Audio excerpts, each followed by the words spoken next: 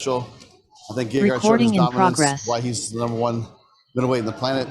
And man, we love Dublin. This is like an unbelievable atmosphere. Nothing I've ever seen like this other than being here 2-3 years ago.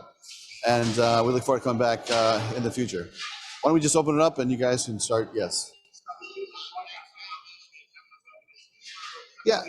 So you know what? We announced the fight, but I talked to John and I said, look, let's see how the injury comes out. But she will be next in line, and if she's willing to do it and able to do it, physically able to do it, then we'll put it together. Where it's probably going to be in America somewhere, just to be honest. But you never know with this sport what happens, and it could extend out to the next time we come back. But we would love to put that fight together if she's able to do it.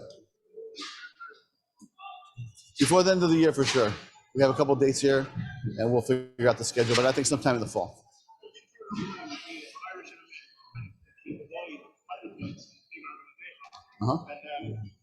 We've had 2 in a row now from Bellator. Another thing we want to consistently do is bring title fights to Ireland. Yeah, we'd like to. I mean, the timing worked out, and Gegard and Austin has been a fight we've been building for a year, and to do it here, it was spectacular. I mean, I think Gegard won some fans over with his entrance music today, and he had a great performance. I think that he would probably love to come back here, but the answer is definitely yes. Obviously, San Jose has been kind of your home for a long time. Yeah, a long time. Does it feel like Ireland is kind of the second home for Bellator now, and the home in Europe as well? I tell you, I love San Jose, and we've done a great job there. It's April 15th. We're doing a big fight card with AJ McKee, fighting Pitbull in a rematch.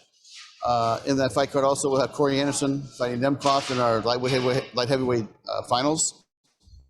But the atmosphere here is unlike anything I've ever seen. And you guys know how special it is. You guys have seen all the fights. It's amazing. So we definitely will be back.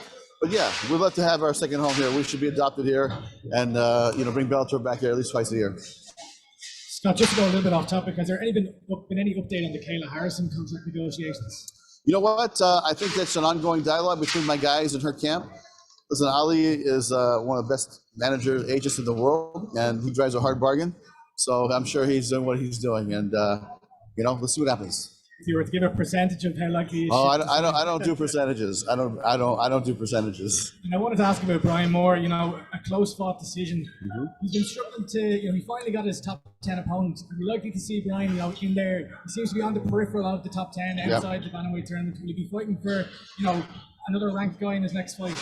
Well, you know what? I mean, you guys saw the rankings, and we announced the participants in the tournament, and we're going to probably launch that sometime in April, and it'll go throughout the year. But to have him as a let's say an alternate in that tournament, because we're going to need probably 4 to 6 athletes in that bantamweight division to follow along the tournament in case somebody gets hurt, somebody gets dropped out.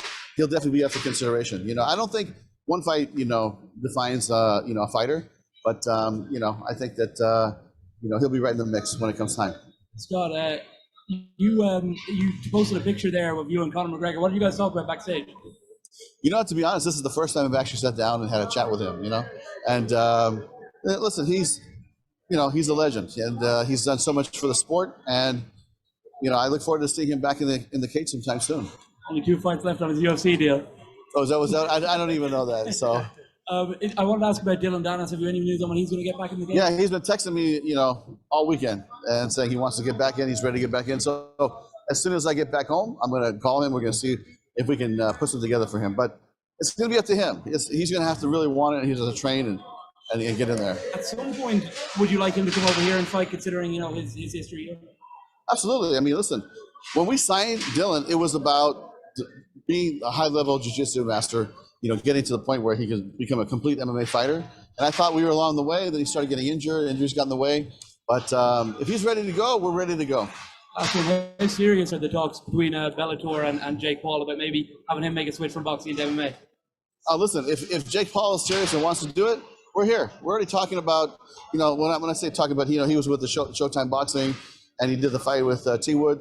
So, there's dialogue, but, Anything serious? Any actual numbers talking? I think that he wants to do his 10 boxing fights and then come over to MMA. Guys, one or two more, please. 1 or 2 more. Yeah, emphatic win for Gegard Mousasi. What's your plans for him in 2022? We're going to fight him a lot. Gegard's going to fight, I think, I bet you the way he's looking, probably a minimum of 3 times this year.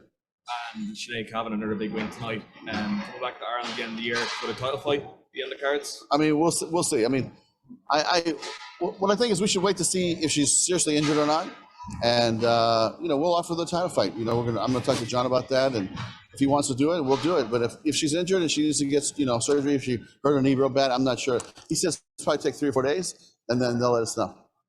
Talked off camera about what could be next for Gegard with Sassy. Could that be the winner of the Fabian Edwards deal, which he defined? Where does that rank? Yeah, I mean, it's definitely possible. And what I like to do is, when we have fights like this, I'd like to see that fight happen and see how it kind of unfolds, and then we'll decide who Gegard fights next.